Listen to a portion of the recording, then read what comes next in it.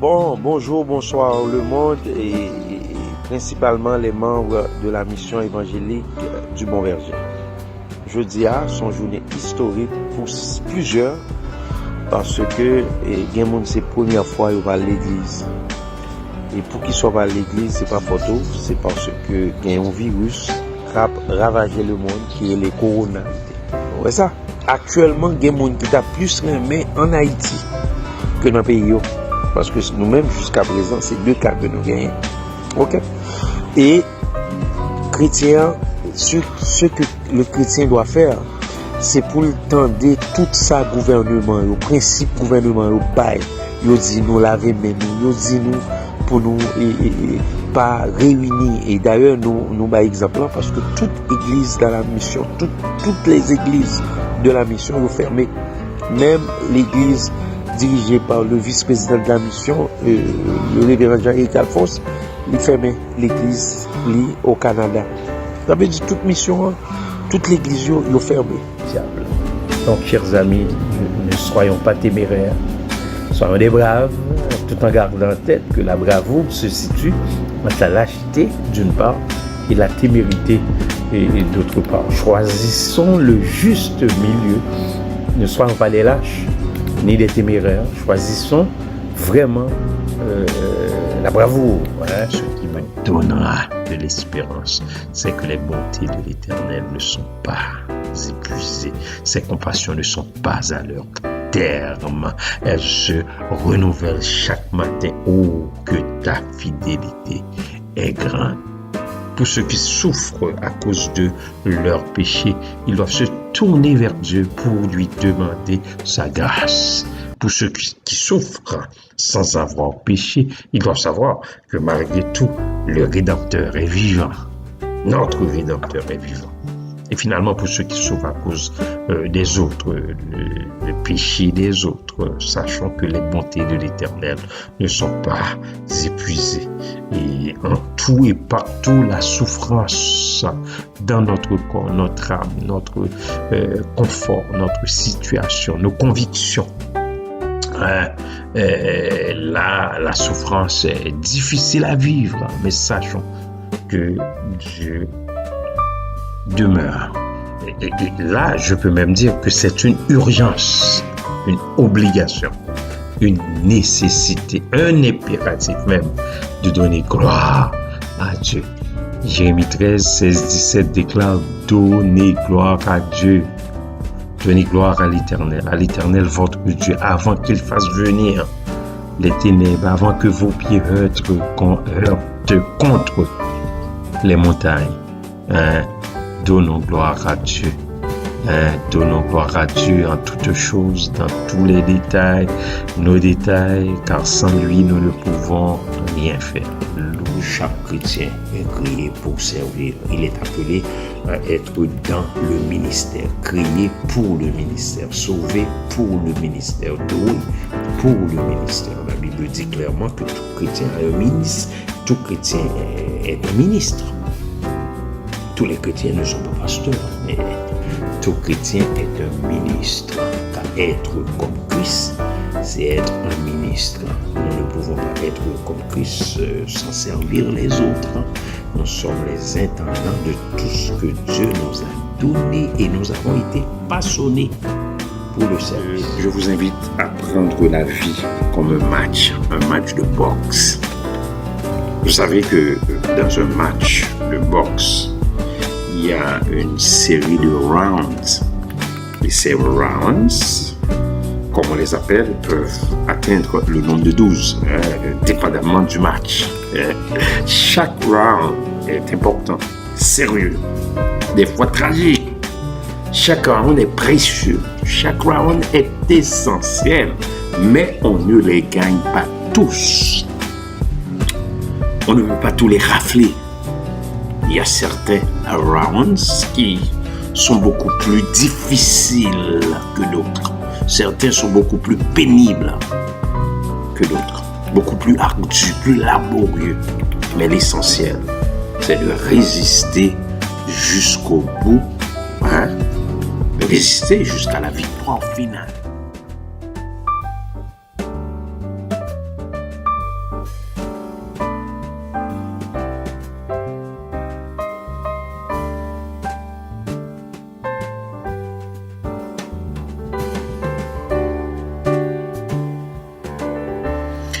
Bonjour, bonsoir, chers amis, et bienvenue.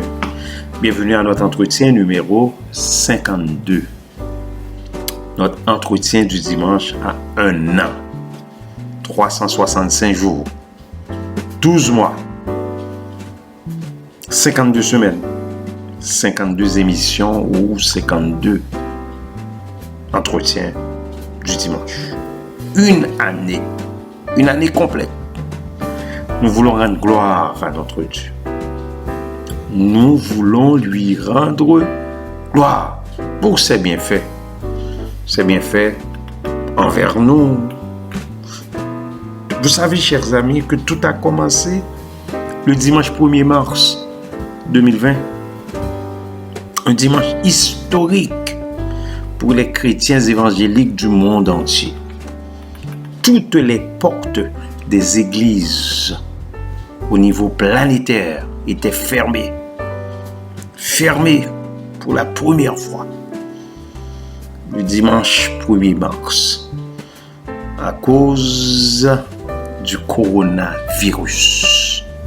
Cette pandémie, cet ennemi invisible qui a frappé et qui frappe encore la population, les gouvernements et l'économie mondiale.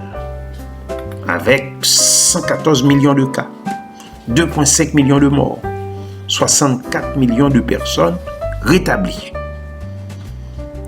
Dans mon premier entretien, j'ai seulement voulu parler de cette journée historique où les chrétiens étaient restés tous et toutes chez eux, dans leur maison. Et finalement, j'ai constaté que 5 semaines plus tard, j'étais là. 10 semaines plus tard, j'étais encore là. 20 semaines. 30 semaines. 40 semaines. J'étais toujours là, au poste. Et 50 semaines jusqu'à aujourd'hui, je suis là. Jusqu'à aujourd'hui, ça fait notre 52e entretien. Cette émission, chers amis, ou cet entretien, l'entretien d'aujourd'hui, là, c'est pour vous dire merci. Merci de tout ce grand amour. Merci. Merci pour ce merveilleux amour. Merci pour vos écoutes, pour vos commentaires, vos supports. Merci à toute la famille qui me supporte. Merci aux membres de la mission évangélique du Bon Berger qui m'écoutent religieusement. Et merci aux membres des églises du monde entier. Merci spécialement à celle qui fait le montage et la mise en onde de nos entretiens. Ma meilleure fille, Victoria Jean-Charles. Merci. Merci et merci. Vous savez, chers amis, frères et sœurs, il n'est pas facile de dire merci.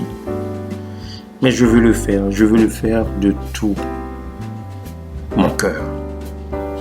Je veux le faire parce que je compte rester avec vous tant et aussi longtemps que le Seigneur le veut. Tant et aussi longtemps que mon Dieu, votre Dieu, notre Dieu, que mon Dieu m'accorde le privilège de le faire. Écoutez, je vous demande de continuer à m'écouter. Je vous demande de continuer à m'entendre. Je vous demande de continuer à partager nos entretiens avec les autres. Je vous demande de continuer à vous inscrire à notre channel. Faites-le pour nous, comme nous le faisons pour vous. en ce qui concerne cette année qui est derrière nous maintenant, cette année d'émission là, c'est-à-dire mars 2000 et mars 2021, je crois très sincèrement que nous avions eu de bons moments. Je crois que nous avions eu de grands moments. Je crois que nous avions eu d'étonnants moments.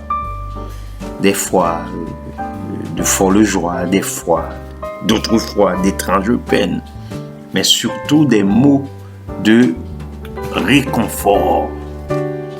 Merci. Merci. Merci à vous tous et toutes.